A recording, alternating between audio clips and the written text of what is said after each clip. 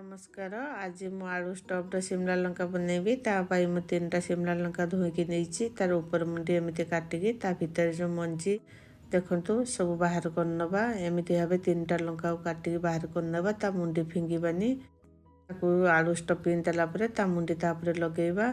सब शिमला लंका भितर मु मंजी बाहर करके ताकू खोल कर नहीं मु आलू 4-5टा सिझेकी नहीं ताकू एमती भावे चकड़ी नबा।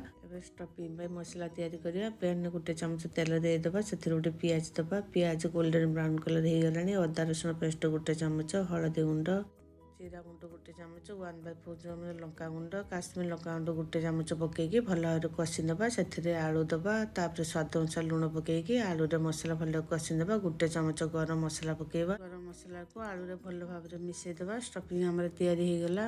एबे शिमला लंका रे आलू को पूरा भरी नबा। ता ऊपर जो मुंडी थिला ताकू एमती लगेई रखिदबा। एमती सब लंका को भरी नबा। पैन रे अल्प तेल बटर किछि पकेबा। बटर रे शिमला मिर्च भाजिले बहुत टेस्टी लागिबो। एबे शिमला लंका को ढांकी दबा। फ्लेम सिम रखिबा। मझे मझे ता डांगौथवा नहले गोटे साइड पोड़ी जिवो। ये देखंतु एमती भावे उल्टा पाल्टा करके ताकू डांगेइबा। आलू स्टफ्ड शिमला लंका खाया को बहुत टेस्टी लगे। आपण खाली डाली करके ए लंका लगेइकी भात खाई परिबे। फ्लेम लास्ट पन्ते सिम रहिबो। आपण एमती आलू स्टफ्ड शिमला लंका घरे बनै खांतु, एंजॉय करंतु, हेल्दी रहंतु। ये हमर फ्राई हो गलानी। एबे बाहर करनबा। भल लागिले कमेंट करिवे।